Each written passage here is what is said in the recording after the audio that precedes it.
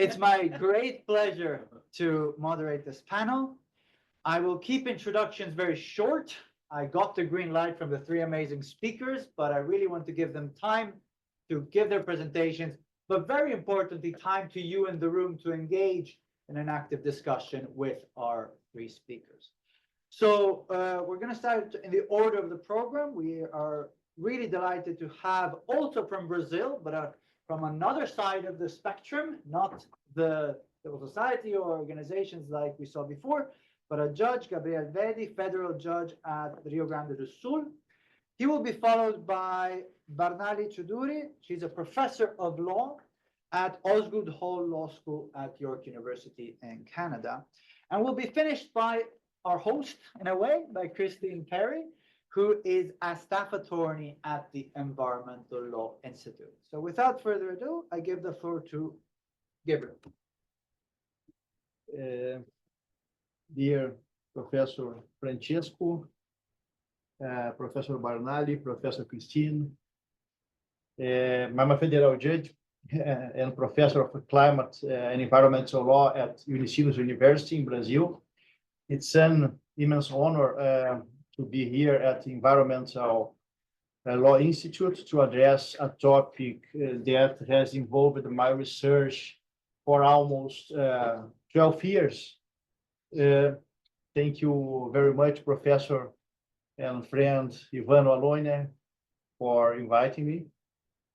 In 2023, I wrote with two dear colleagues the first handbook on climate law in Brazil in Portuguese, which was published by Thomson Reuters. Several of my friends, professors, and judges complained that it lacked something in English. Yes, as a result, together with my colleague, Federal Judge Rafael Moreira, I wrote with Rafael the first handbook on environmental law and climate law in Brazil, written in English, which was published 2 months ago by Springer.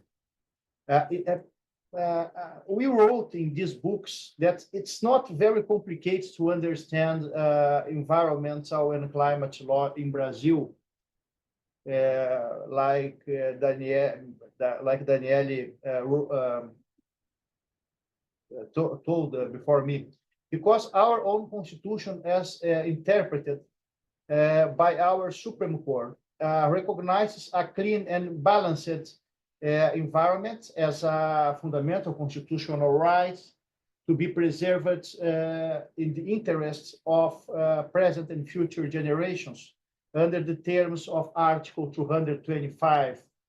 We also have Act 1287, passed by Congress in 2009, which establishes the national climate policy and enshrines important legal principles in our legal system, such as the precautionary principle, the principle of prevention, and the principle of ecologically sustainable development.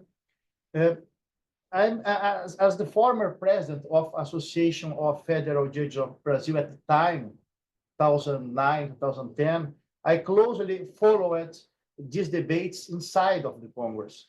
I often reiterate to our judges in the commissions in which I participate, in which I have participated in the National Judicial Council, the Federal Judicial Council, and the Brazilian Federal and State Judicial Schools, that our constitutional legal framework is rich and sufficient for judges to decide the climate case well, although it is clear that a broad knowledge of theory of civil procedure and collective actions is necessary.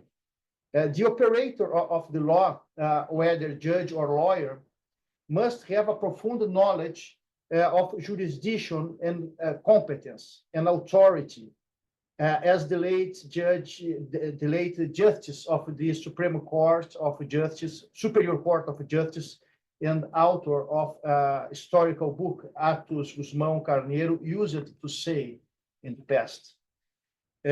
With these initial considerations, the Brazilian Supreme Court has progressively narrowed the scope of administrative discretion, imposing substantive constraints on the interests of present generations in favor of safeguarding the rights of future generations, particularly in ensuring the preservation of a healthy and intact climate system.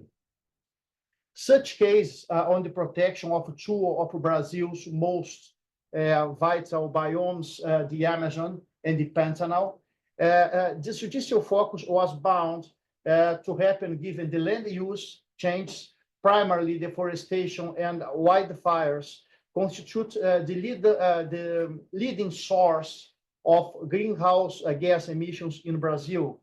Beyond their role in exacerbation pollution, this destructive activity severely compromise the ability of native vegetation to function as carbon sinks, a function essential to mitigating climate change. In the case concerning the Amazon found, the Supreme Court even mentioning a doctrinal paper of my own, identified a regulatory omission in the state's fulfillment of its constitutional duty to protect the Amazon, ruling that the paralysis of the fund constituted an unjustifiable environmental setback. Consequently, the court ordered the reactivation of the fund's governance mechanisms, condemning the dismantling of environmental policies that had previously been in place. The court held that the government's failure to implement adequate public policies for the protection of the Amazon, coupled with the institutional dismantling of existing environmental programs, amounted to a normative omission in violation of Article 225, paragraph 4 of the 1988 Constitution. The judgment explicitly recognized that the suspension of the Amazon Fund's operations in 2009 and 2020 are a result of unilateral executive action which dissolved the fund's governance bodies, led to the interruption of international donations. This governmental inaction, the court emphasized, undermined Brazil's supralegal international commitments and had tangible devastating consequences for the legal Amazon, as evidenced by the escalating rates of deforestation during the period of inaction. Consequently, the current state of affairs in the legal Amazon fails to fulfill Brazil's domestic legal obligations as established by law, by Act 1287, which instituted the national policy on climate change. Moreover, it contravenes Brazil's international commitments to fight deforestation and climate change, as set forth in the 1992 United Nations Framework Convention on Climate Change, the Kyoto Protocol, and the Paris Agreement. By failing to effectively enforce environmental protections in the legal Amazon, the state has fallen short of both constitutional and international obligations, undermining the legal and institutional framework to curb deforestation, regulate emissions, and promote climate resilience. This regulatory inertia underscores the urgent need for judicial intervention to ensure compliance with binding environmental commitments at both domestic and global levels. In another significant decision, the Supreme Court ruled that while the current state of environmental policy for the protection of the Amazon biome does not yet reach the level of an unconstitutional state of affairs, the court nonetheless identified structural deficiencies requiring urgent governmental action.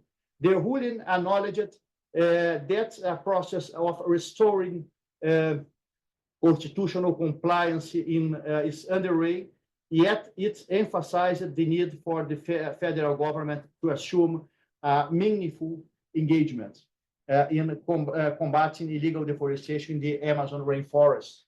The court further noted that the process of reconstitutionalization of efforts to curb illegal deforestation and fulfill the state's protective environmental duties could be observed through the reactivation of key environmental programs and the reinstatement of prior commitments, particularly those outlined in the action plan for the prevention and control of deforestation in the legal Amazon. Thus, while it acknowledged the persistence of structural flaws in the implementation of public policies by federal government, it refrained from declaring a massive violation of fundamental rights in environmental governance.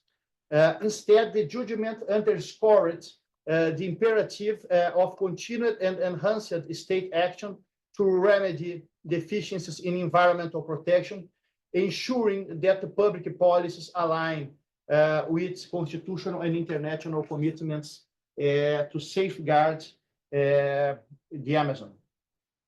The instance marked the first explicit recognition by the Brazilian Supreme Court of the fundamental right to a clean, healthy, and safe climate. This judicial acknowledgement reinforces the constitutional justiciability of climate rights, aligning Brazil's legal framework with emerging global jurisprudence on environmental protection. Furthermore, in his opinion, Justice Edson Fachin emphasized the necessity of a new transgenerational constitutional pact, declaring in environmental law, aimed at the current climate emergency, the imperatives for a new social pact, one that binds present and future generations. This statement underscores the intergenerational dimension of constitutional environmental protection, reaffirming the state's obligation to safeguard climate stability for those yet to come. Additionally, Justice Carmen Lúcia, in her concurrent opinion, highlighted the multi-level nature of contemporary environmental and climate governance, recognizing that climate regulation operates across different legal spheres, national, regional, and international, requiring an integrated and cooperative approach. In a similar pronouncement concerning the Amazon and the Pantanal, the Supreme Court determined that while the current state of environmental protection policies for these biomes does not constitute an unconstitutional state of affairs, it nonetheless identified critical shortcomings that necessitate immediate governmental action. To address these deficiencies, the court mandated the adoption of specific measures, including: one, the federal government must, within 90 days, develop a publicly disclose a comprehensive plan for preventing and combating wildfires in both Pantanal and the Amazon. Second, federal and state environmental agencies must ensure transparency by publishing all authorizations for vegetation suppression. Three, the National Council of Justice must monitor judicial proceedings that have a major impact on deforestation, reinforcing judicial oversight in environmental matters. In a final case, specifically concerning the Pantanal biome, the Supreme Court recognized a legislative omission in the regulation of its protection, and as a corrective measure, ordered the National Congress to enact a law within 18 months to establish the necessary legal framework for safeguarding this critical ecosystem. By issuing this directive, the court reinforced the binding nature of the constitutional duty to protect the Pantanal biome, ensuring that the absence of a specific legislative action does not result in regulatory paralysis or continued environmental degradation. This and other decisions exemplify the judiciary's resolute commitment, particularly that of Brazilian Supreme Court, to the preservation of Brazil's most critical ecosystem, the Amazon and the Pantanal, for the benefit of future generations. Through these decisions, We have a interesting AI Through- introduction. Through these decisions, the court has reinforced the constitutional duty of environmental protection, ensuring the government accountability and affirmed the justiciability of climate rights. By doing so, the court has positioned itself as a key arbiter of intergenerational justice, contributing not only to the strengthening of Brazil's environmental governance, but also to global jurisprudence discourse on climate and biodiversity protection as fundamental rights. Thank you very much.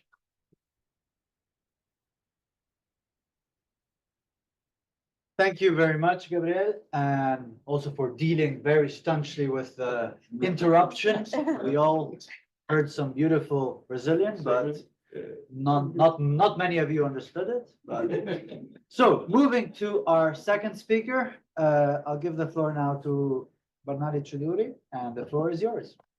All right, so thank you very much to Ivano and Michael for having me here today. I'm really going to be talking about the human rights impacts of climate change and talking about how they can form the basis of corporate climate change litigation, mostly because I'm a human rights lawyer, but I'm also a corporate lawyer, so you're going to get some corporate stuff as well. So let's start first by talking about what are human rights-based arguments in the area of corporate climate change. So this is really litigation that's based on violations of international human rights law. And there are a number of international human rights documents that would be relevant to this kind of litigation. We really draw from the International Bill of Human Rights that includes things like the Universal Declaration of Human Rights, the International Covenant on Civil and Political Rights, the International Covenant on Economic, Social, and Cultural Rights, as well as the ILO core conventions that are found in the Declaration on the Fundamental Principles and Rights at Work. And the rights that I would say that are most relevant that stem from these documents would be things like the right to life, food, health, adequate standard of living, water or sanitation rights, housing, and security of person. I think all of those things would nicely encompass the things that happen, unfortunately, from climate change. There can also be some specific rights as well. So we would see things like indigenous rights, or maybe the rights of children or the rights of women that could also be implicated in these kinds of issues. But I think really the most important right that would form the basis of these kinds of arguments would be the right to a healthy environment. And I'll talk about that a little bit more as we go on. Just as a reminder, there is a business role for human rights in climate change. So we know that the United Nations Guiding Principles on Business and Human Rights applies not only to human rights, but that it also applies to the impacts of climate change. And so specifically, businesses are expected not to harm human rights, and they are expected to engage in human rights due diligence, meaning that they should take proactive steps to identify, prevent, mitigate, and address the adverse impacts of their business activities. And that now includes the impacts that arise from climate change. And the important thing to note here is that these responsibilities for businesses exist even if the state itself does not impose a domestic climate change obligation. So it's basically against this background that I'm going to discuss the human rights impacts or human rights-based claims that can arise in climate change litigation. I was asked to only talk about Canada, so I am keeping it to that category. And the first one that I'd really want to talk about is this idea of customary international law. Now, I do have to give you sort of a caveat here, which is that these are potential claims that could happen. So as Hassan mentioned, there hasn't actually been any climate change litigation against corporations in Canada, but we suspect that these are the bases that could form new types of litigation. So really, I'm drawing from a Supreme Court decision from 2020 called Nevson and Araya. In this case, there were 3 Eritrean workers who brought a civil claim in the courts of British Columbia against a British Columbian-based corporation called Nevson Resources. Now, Nevson owned this mine in Eritrea, and unfortunately, the claims worked at this mine, and they were subject to pretty horrific treatment. And so they made a claim in the Canadian courts that there were breaches of customary international law including the use of forced labor, torture, slavery, cruel, inhumane, or degrading treatment, and crimes against humanity. Now, Nevson, the company, brought a motion to strike this claim. So, and it is this claim that made it up to the Supreme Court of Canada. So I don't even have any real substance to give to you, except to say that the Canadian courts decided that they were not going to strike the motion. And instead, what they said is that because of something called the doctrine of adoption, which is that really that customary international law and other types of international law have been incorporated into the domestic legal system of Canada. Therefore, they found that customary international law applied to corporations. And so they also said that this would lead to a new tort, which they call the tort of the breach of customary international law. And then they said it wasn't really obvious that a corporation could not be a party to this type of tort.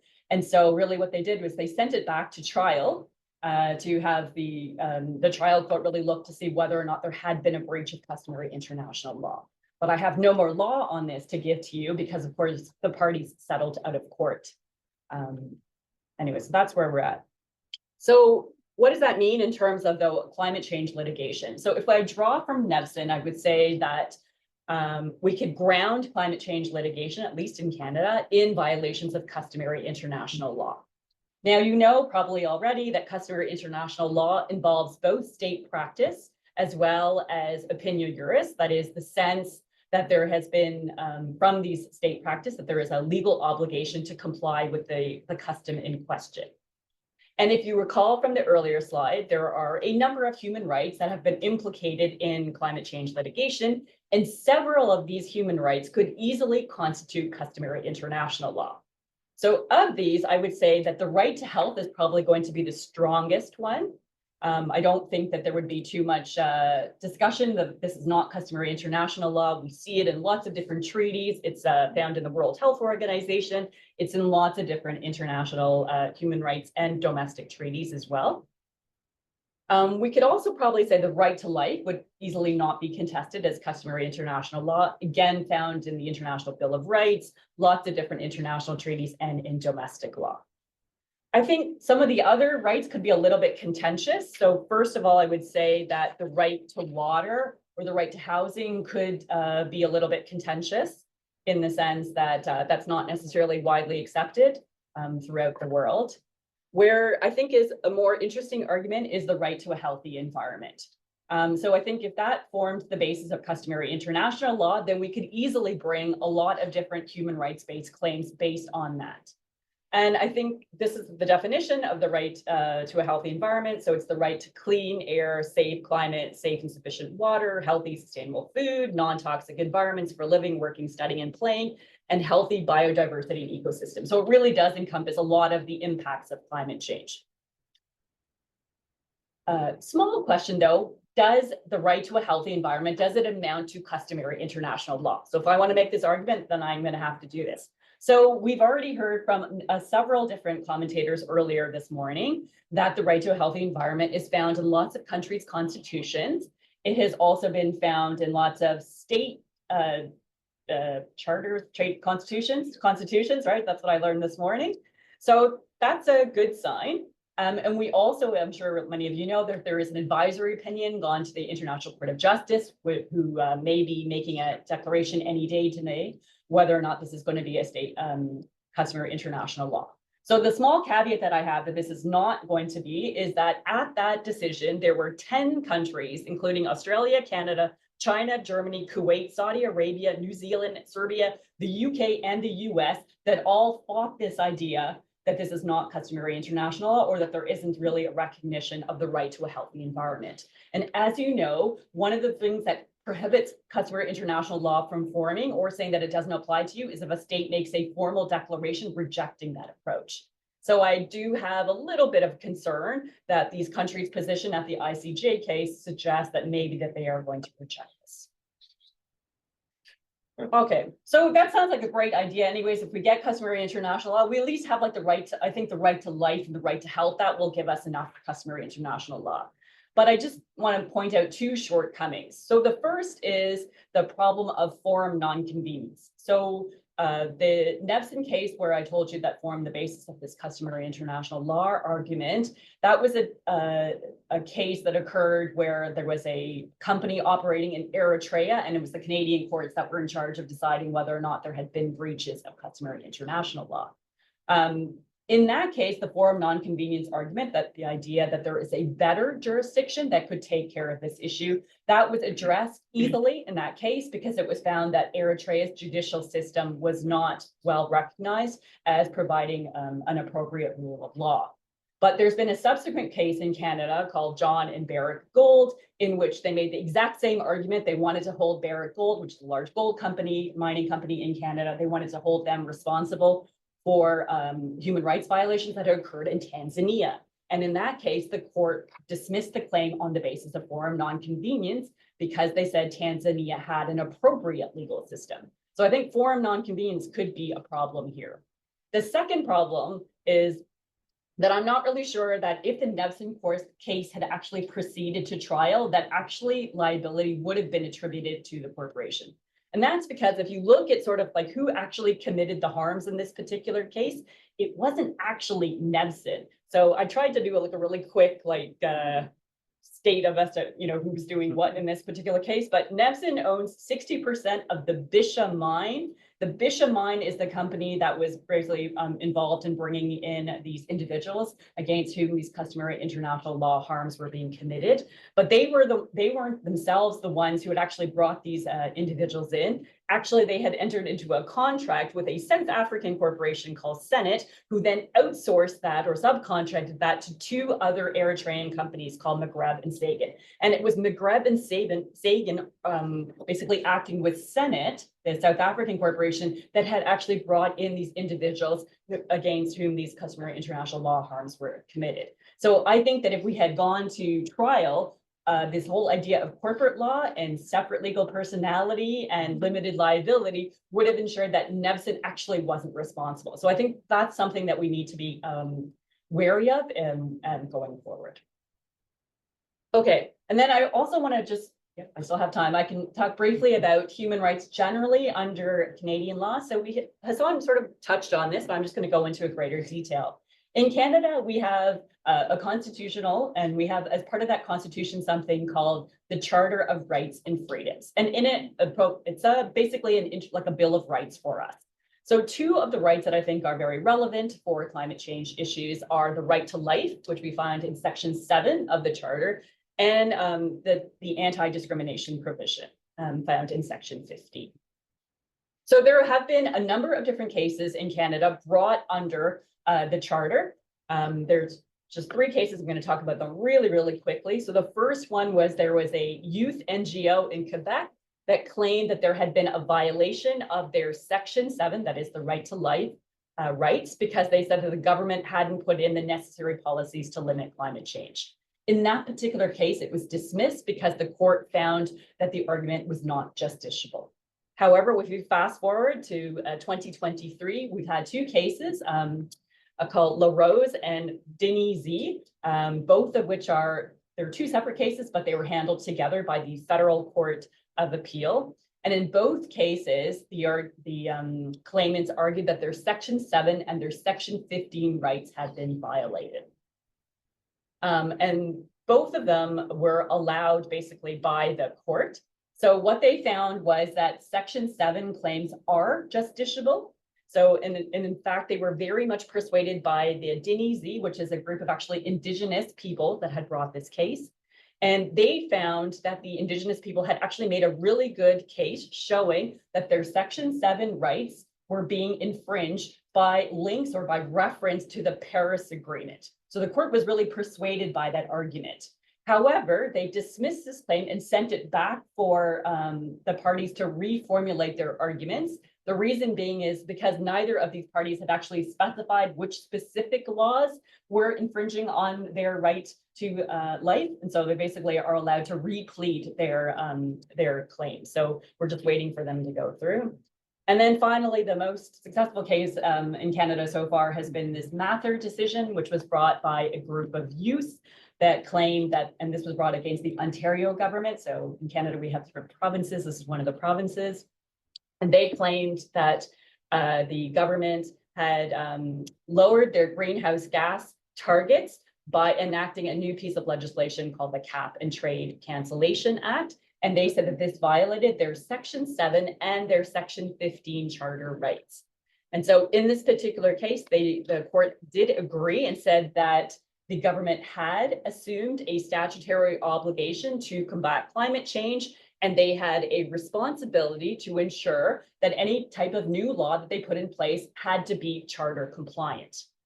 However, what they were unwilling to do was to actually give a remedy to the claimants. And so what the remedy that the claimants want is that they actually want the government of Ontario to set a target for the reduction of greenhouse gases. And the court actually said that they thought that that was a legitimate target that could be set. They said it would be set in accordance with the science-based target. So as long as it, complied with science, that they were happy to do so. They were just unwilling themselves to do that. So it's been sent back to the lower court for the lower court actually to be able to set this target. However, at the same time, both on the Ontario government and actually the claimants in Mather are appealing to the Supreme Court of Canada. And I just texted counsel while I was waiting to say whether or not they've heard. We still don't know if the appeal is going to go forward. All right, so I've got 5 more minutes. So a couple of other things I want to talk about. So I mentioned before, right, that you could have specific rights that come from other international treaties. So in Canada, and specifically, we have it's very important to us to the recognition of the protection of Indigenous peoples. And so it's found, their protection is found in Section 35, and under Section 35 of the Constitution of Canada, effectively, there is a duty to consult. So anytime that the government is going to interfere with the lands of the Indigenous peoples, they are required to consult. And that also brings in the United Nations Declarations on the Rights of Indigenous People, UNDRIP, which you might have heard of. It's been implemented in Canada as a particular act. So there has been a case called, and I'm going to mispronounce it, Watu, in which case the Indigenous peoples of Canada did challenge the government's approval of a Trans Mountain expansion project, which was designed to increase the carrying of crude oil between different parts of Canada. And they challenged this expansion on the grounds the duty to consult had not been adequately respected. And the court agreed in that particular case and said that Canada had first failed to consider the marine impacts in their environmental assessment, and second, that they had failed to fulfill their duty to consult with Indigenous peoples. And so initially, the Trans Mountain expansion was not allowed to go ahead, but then Canada followed the recommendations from the court and actually put in the changes that were necessary. That is, they did the proper consultation that the court had advised them to do. And in that case, they eventually allowed this Trans Mountain expansion to go ahead. Okay, so why do we want to talk about this in the context of corporations? So most of the claims that I talked about, particularly with the charter things, those are directed at governments. But I think that we could still say that there are situations in which this would be relevant to corporations, even if we're focusing on constitutional or charter litigation. So the first way that that would work is that if they are actually part of the government, so either by their very nature or due to extensive governmental control, or if they implement a specific government policy or program. In addition, there can be situations if a corporation is a crown corporation, i.e. it's effectively a state-owned corporation that is, it's owned by the government. In that case, we would also say that they are bound to charter and constitutional obligations. And we also know that it could work if the corporation is implementing a government policy. So currently there's a corporation called Saskatchewan Power Corporation, which is a crown corporation, which is in charge of delivering electricity in Saskatchewan, and they're being sued by a number of different individuals claiming that their charter rights have been violated. So we'll see if they're able to stop them going forward. Okay, and then finally, the Canadian government is in the process of developing an implementation framework to complement an existing Environmental Act. And what they're trying to do is they're trying to give meaning to the concept of the right to a healthy environment. And this implementation framework will allow for things like principles of environmental justice, the principle of non-regression, and the principle of intergenerational equity to be incorporated into these laws. So I would say once this, these laws come into place, perhaps that will give greater basis for the right to a healthy environment to be recognized and therefore form the basis of future litigation. Okay, so that's just a quick lay of the land here in Canada, and I'm happy to take questions at the end of this. Thank you very much.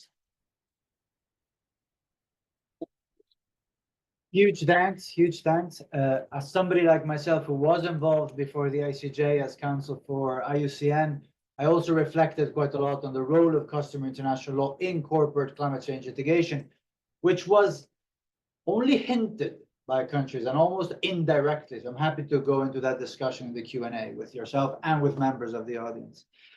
So last but definitely not least, I give the floor to Kristine Perry. All right, thank you very much. Hello, everyone. Thank you to our organizers, my colleagues at ELI for having me today.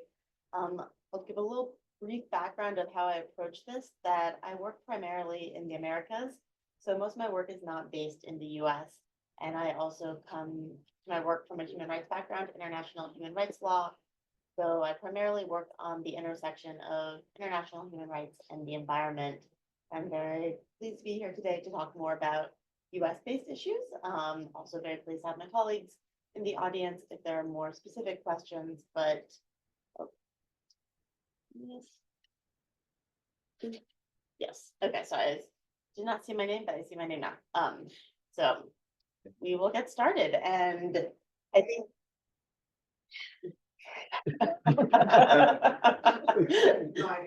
no worries. Just go for it. Yes.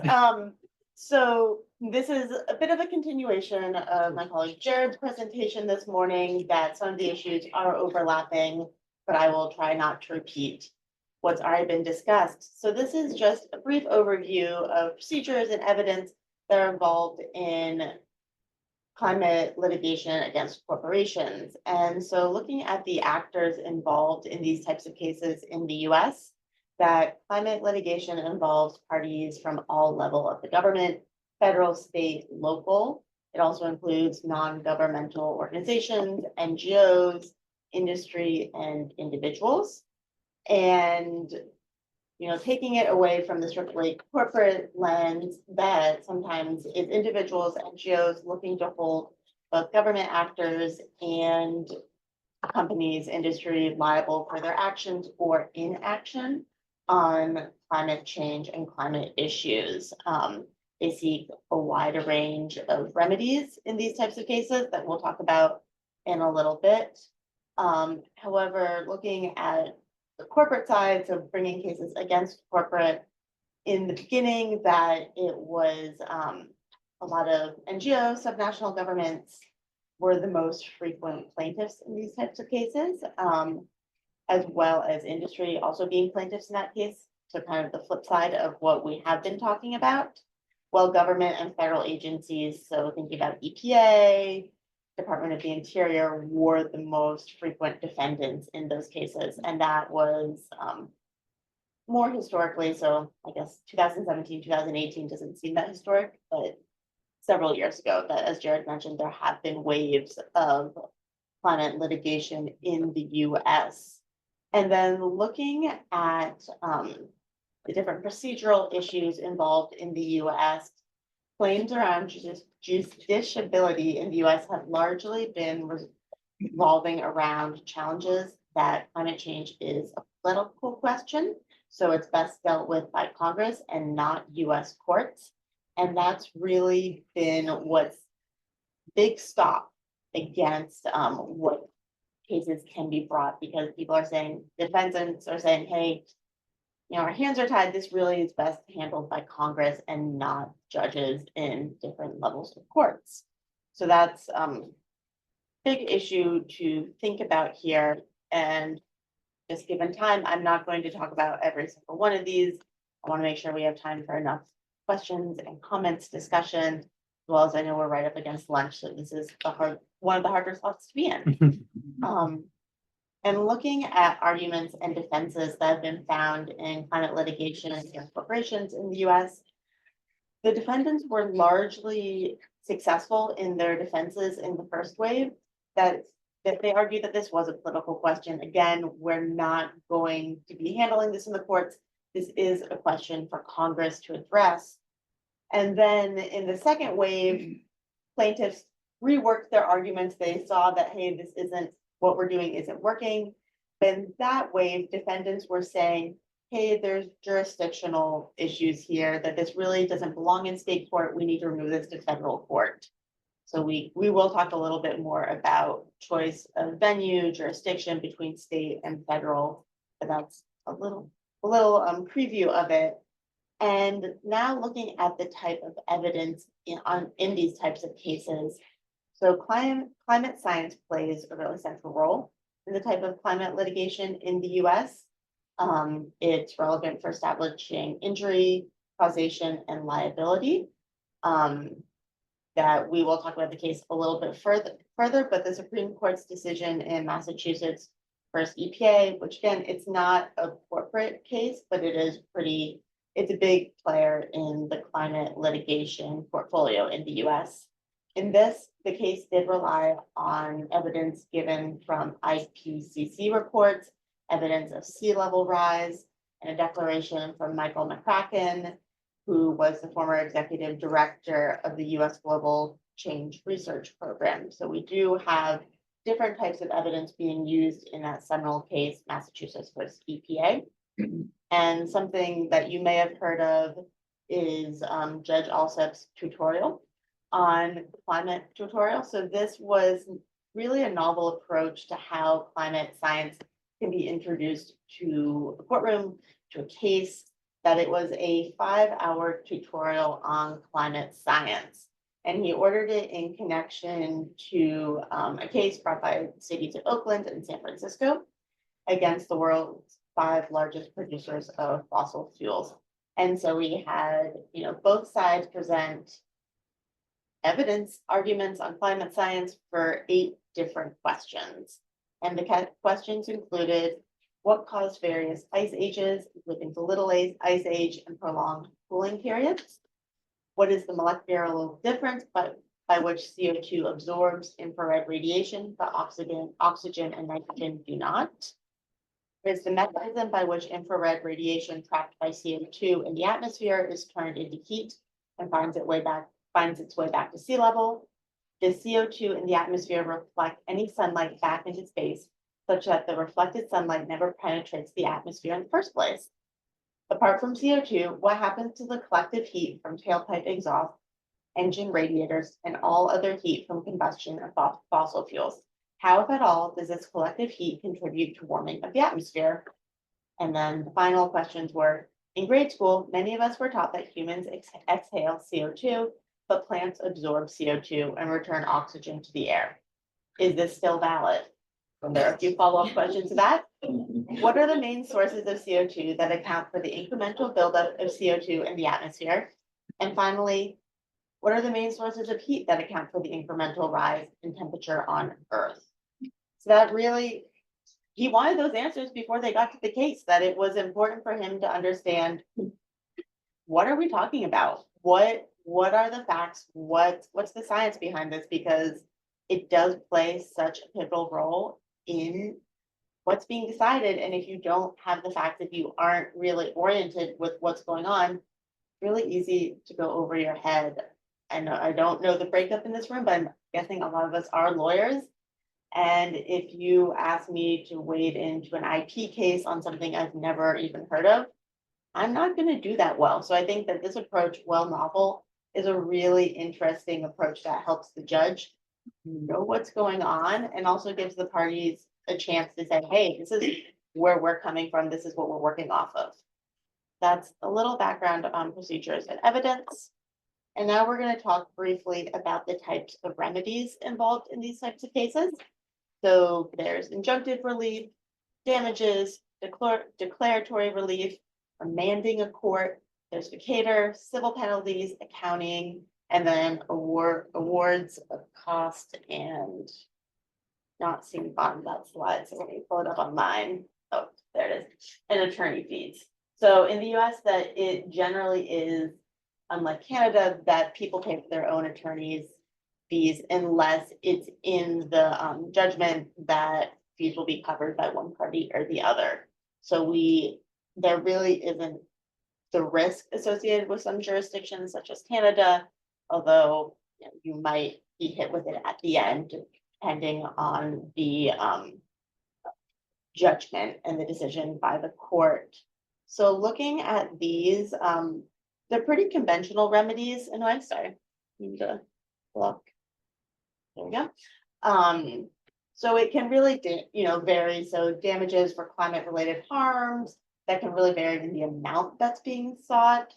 So some plaintiffs have looked for more untraditional types of remedies. So looking at directed at making changes of energy and transportation policy. So really kind of thinking outside the box of the traditional toolkit of remedies.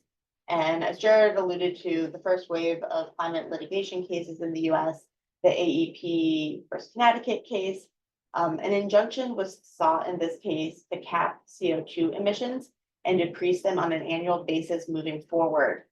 And this type of remedy has never been sought again after this case, that this was really the only time that we saw something like that. And as cases kind of adapted to what were successful, what was unsuccessful, types of remedies sought have also changed throughout the waves and the types of cases that have been brought. But I will not go too far into that just for sake of time.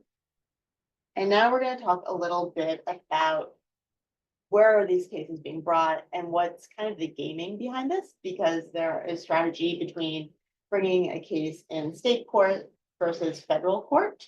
So this is kind of a typical timeline in what might happen in a type of case being brought. So the plaintiff will file in state court if they find that the state court will be more favorable to them. And then usually the defendants will remove to federal district court. The plaintiffs will then ask the federal district court to remand to the state court. A little bit of a dance, we're going back and forth. The federal district court remands to the state court, and then the defendants appeal to the federal court of appeals. And then we go to the federal court of appeals, which affirms the district court's remand order. So now we're going back to state court, but defendants have, one last play. They can petition the US court to review court of appeals decision.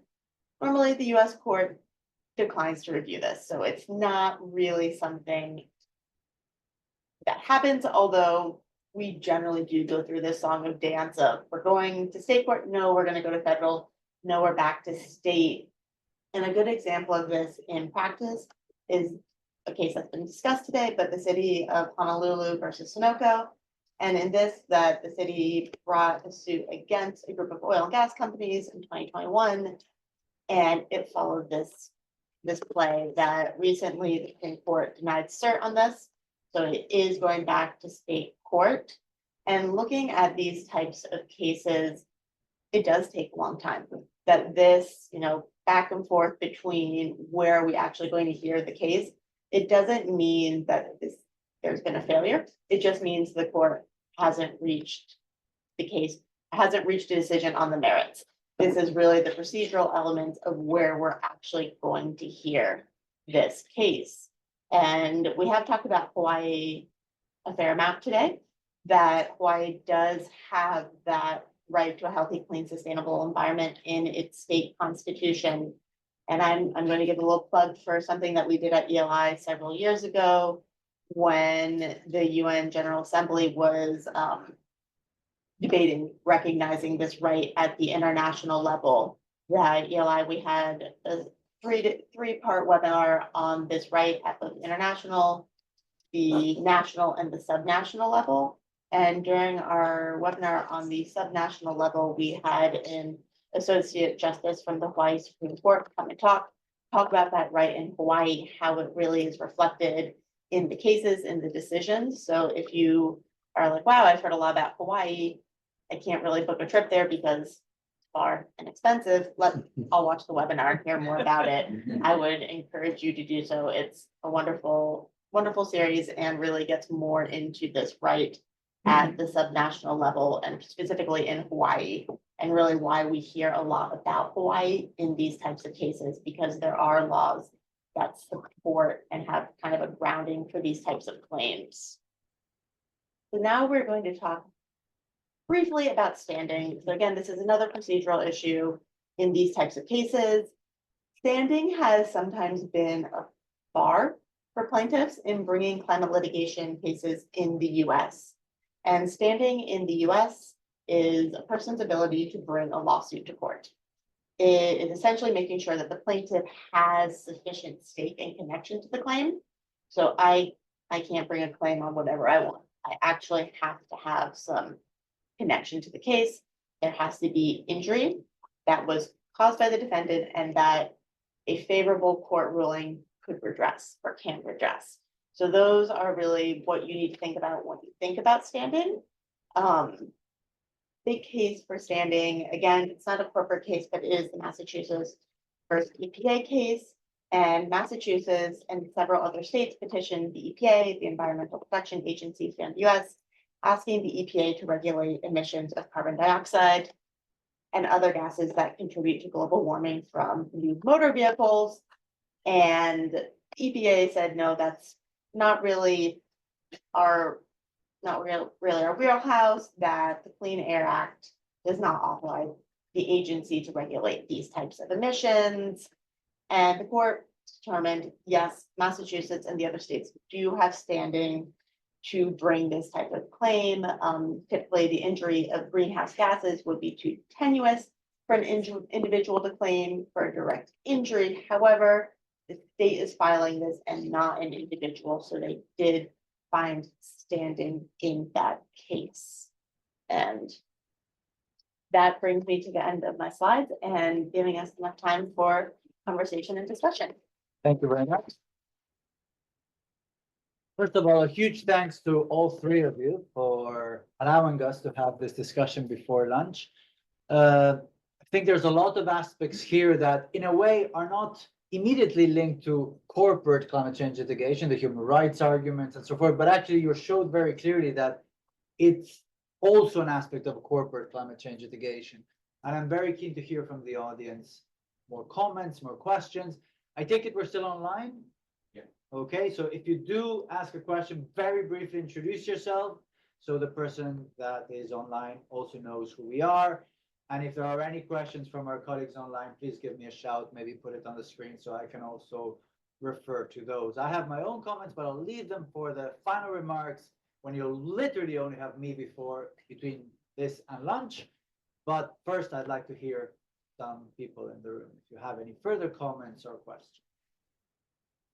Okay, we'll start with Amelia and then the gentleman. Amelia Burnett, PhD candidate at the University of Strathclyde.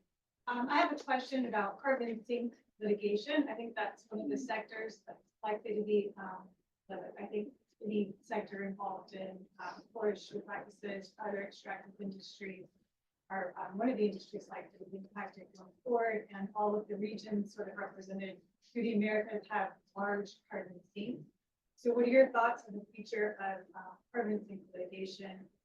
Just as a backdrop, I would add that the Hawaii case that we've been talking about had in the background sort of the unsustainability of industry harvesting in the background. So in a sense, the idea of this could come up even from biomass facilities that has an impact. Thank you very much. I'll get a second question and then I'll bring it back to the floor. Yeah. Yes. My question has a couple parts, So we'll go directly here. So carbon sinks litigation in the Americas. Is there anybody who wants to give it a go? You have a lot of forest in Brazil, so I'm afraid. Justice Faquin, in his opinion, in our most important case, the climate fund case, wrote about the importance of this sinks, no? They keep the forest, the integrity of the forest in Brazil, the rainforest, the Amazon. This issue is in the mind of our justice, mainly in our Supreme Court, because this debate for us in Brazil is a constitutional debate, specifically. We'll go to our second question. The one thing I would say is that this links very much also with the very few aspects that are still to be finalized completely in the Paris Agreement implementation package 6.4 carbon markets. And that, although that will create even more complexity to a possible corporate climate change litigation. Yes. Thank you. Cam Brewer at File. I appreciate all the excellent presentations. A couple questions. So first to Barnali about the Nevson case and customary international law in Canada. Hassan mentioned earlier that the Nevson case hasn't really had much pickup in 5 years since it was decided. I'm wondering if you could define as to why that might be. Maybe it's the forum non-convenience issue or some other point. And secondly, about the right itself, customary international law, you mentioned the right to life. Would that be interpreted in Canada according to the Section 7 Charter jurisprudence, or would it also capture sort of a broader global understanding? And my second question is actually to Francesco. You mentioned that the right to a healthy environment was only touched on by states at the ICJ hearing, and yet at the end, one of the court's questions was about the content of the right to a healthy environment. In your view, does that give the court a good grounding to make a declarative statement about whether it's customary law and what the content is, or interested in your views? Let's start with yourself first. Okay, so thanks very much for that question. So the only case that we're aware of that has actually picked up on Nevson is this John and Barrick Gold case. So that was filed, I would say, relatively recently after, and it basically mimicked Nevson. So they were trying to capitalize on that. It was the same lawyers that brought the Nevson decision, but it was, it was struck down by the court. And so I don't know if there's been a subsequent one after Barrick Gold, but it was definitely a blow. They absolutely thought that that would go through, and they thought they were going to be able to set a new, following through Nevson, that they would be a lot of momentum for that. And they were very, very shocked by the decision on forum non-convenience. So I believe that I've heard in the pipeline that there are still some more going on. So it's possible now that they'll just be more cognizant of the forum non-convenience argument. So they will be looking for jurisdictions in which they think that they can win on that issue. And then in your second question with the right to life. So that's a really good question. So the Supreme Court did not actually define what they meant by customary international law, nor what the sources would be, nor how these kinds of issues would be developed. So we have no idea really what they would do. I suspect what would happen is that if we actually made it to an area where we're going to suddenly develop the customary international law, they would have to draw from international human rights law. This is not a piece of charter litigation. That's a different type of law. Although Section 7 draws from the international jurisprudence in this area, this piece of this tort of the breach of customary international law should be done from actually customary international law. So just to comment on your question, let me clarify what I meant by that. What I was thinking and seeing when I was in The Hague was that very few countries really brought in front of the judges the fact that actually most of greenhouse gas emissions come from the private sector rather than from the public sector. And in a way, you understand why. It's International Court of Justice. It's about states. It's not about corporates. But, and this was my comment, not so much the healthy environment, but I'll get to that.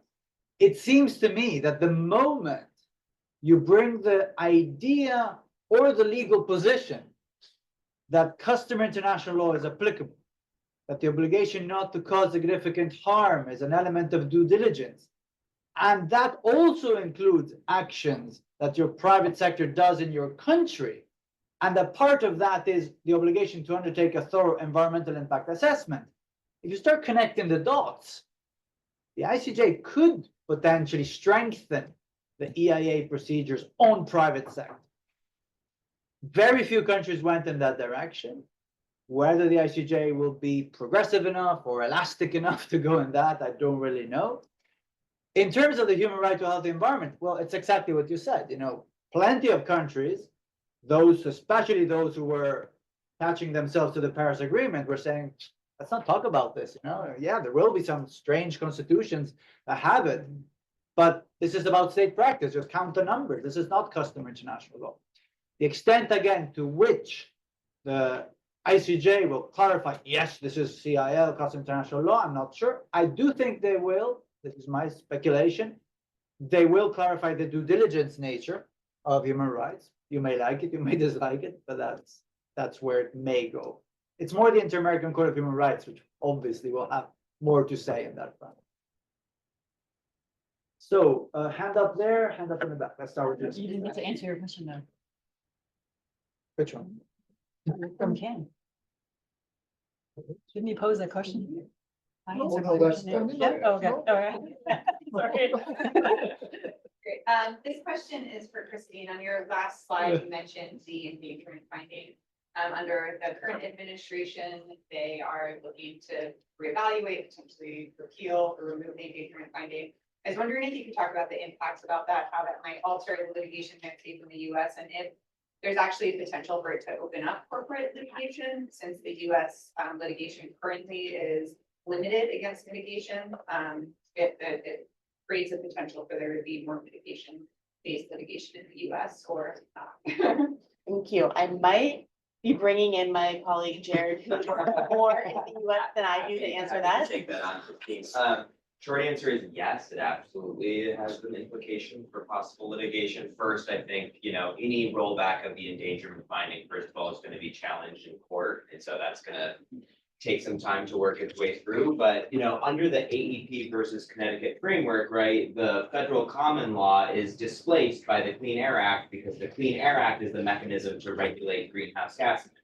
And so you sort of no longer have the Clean Air Act as the mechanism to regulate greenhouse gas emissions, then I think the argument goes that there isn't anything to then displace federal common law.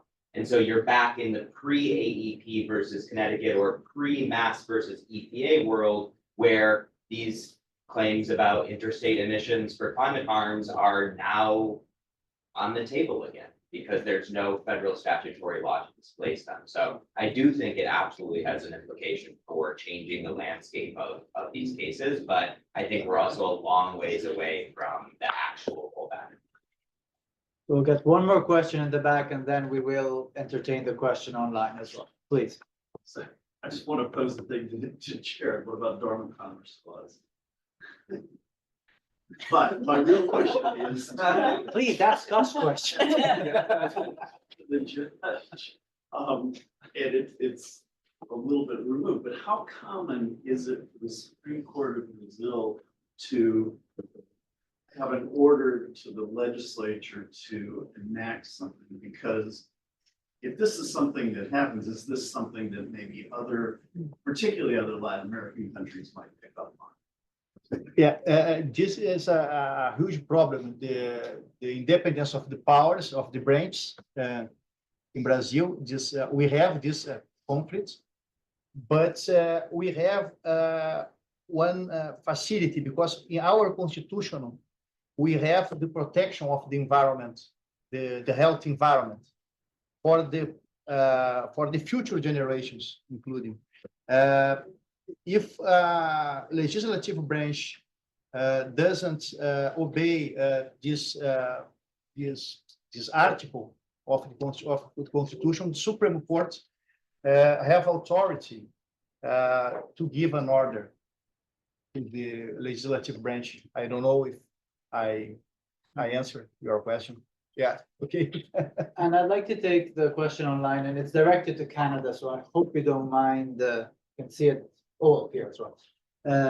It's really about the way I interpret this question is about life cycle of products, fast fashion, potentially done in another country, but then the interest and as Canada's increased focus on corporate climate accountability. I don't know whether there's something that you can answer to that, or whether there's elements of human rights and litigation that you can see there. So I think this question is really asking about the integration of human rights and environmental sustainability in holding corporations accountable, I guess, in Canada. Mhm. And I would have to say there isn't. Okay. There isn't. Easy answer. I think I'll just say, like, we do have this thing called the Canadian Ombudsperson for Responsible Enterprise, which was supposed to be doing things like this. But they have, the government has curtailed the powers of this body to do independent investigations into these kinds of matters. So that has led to not much going on in that area. Thank you. Yeah. I feel that we could go on, but let's do it over lunch. Before I ask you to join me in thanking our amazing speakers, just 2 comments on myself randomly from some of the points you made. You mentioned the climate tutorial. I was not aware of that. I will not comment on that because I found it a little bit awkward, the questions that were asked. But again, moving back to the ICJ did a very strange thing as well, where it invited to The Hague IPCC lead authors, but behind closed doors. Not everybody liked that, I have to say, because one of the good things, in my opinion, of the ICJ was the transparency of it. I want to know what Brazil thinks. I can read it. I want to know what the USA thought. I can read it. Russian Federation, I can see it. I have no idea what you just said. I have no idea what was been asked. I have no idea what they replied. That to me is not good enough. So interesting that process, again, we may think what we think about the questions, but it's a much better process than what was done there. The other thing about Hawaii, very luckily, no expert in Hawaii, but I do work a lot with islands and both subnational and jurisdiction, and really excellent scholars in Hawaiian law. And they will say, I may be exaggerating, no wonder Hawaii has a different approach, because our history is there. The approach to natural resources management in Hawaii has nothing to do with a lot of the way natural resources are done on the continent, if we're going to call it like that. So I'm pleased that Hawaii has it, but I'm not surprised. But definitely, like in many other parts of the world, it's these, and in international law, we always see small island developing states and islands being innovators. So I do see it here in the USA as well, as Hawaii having that punching above its weight when it comes to its legal renaissance, and I'll stop there. But join me in thanking the speakers, and let's go all have lunch together.